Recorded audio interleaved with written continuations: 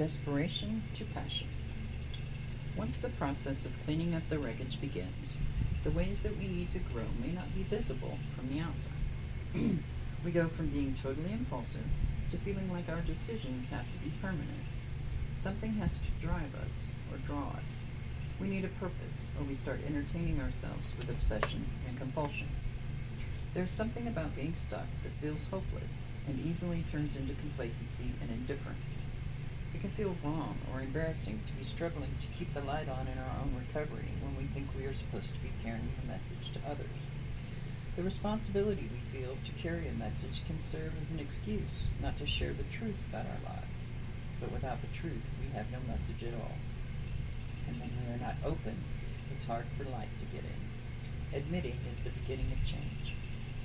Putting the life back in our recovery is really not that hard. We look for the passion and we nurture it. The hard part is finding the willingness to take action and pick up the phone or go to a meeting when we are feeling uninspired. There is magic and a healing grace in meetings, but we cannot see it when our attitude blinds us. Coming back to meetings after we've been gone for a while can be awkward and difficult, or it can be like coming home. There's a sweetness to walking into a room we have not been in for some time and seeing so much unchanged. Still, meetings make more sense when we attend them regularly. When we drift in and out, they can seem dull and boring.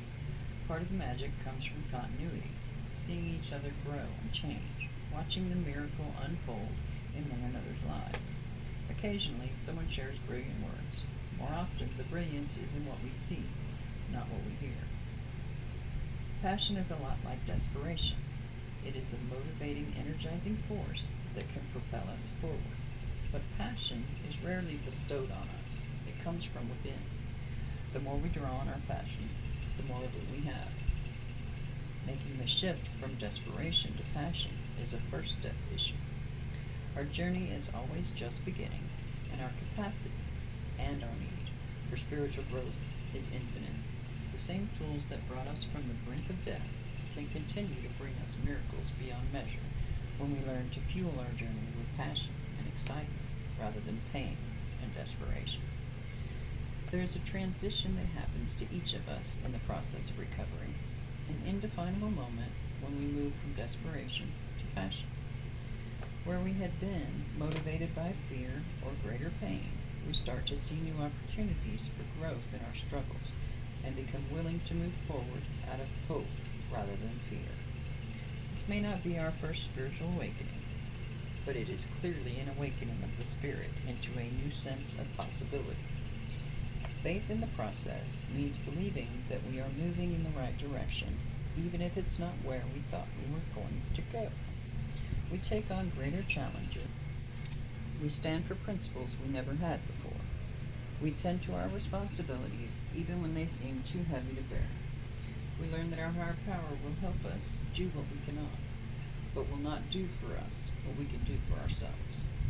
It is surprising to find how much we actually can handle.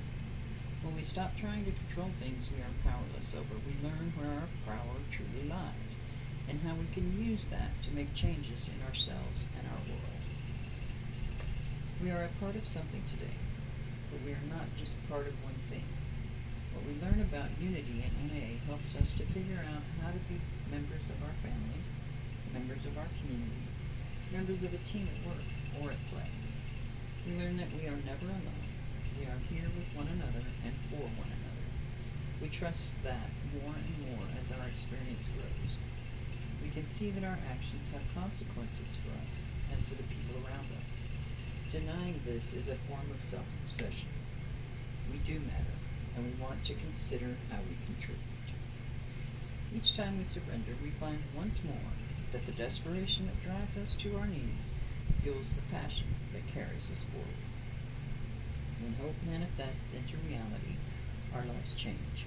Our experience affirms what we believe, and belief grows into faith. When our faith grows into knowledge, the program that we once struggled to practice has become part of who we are.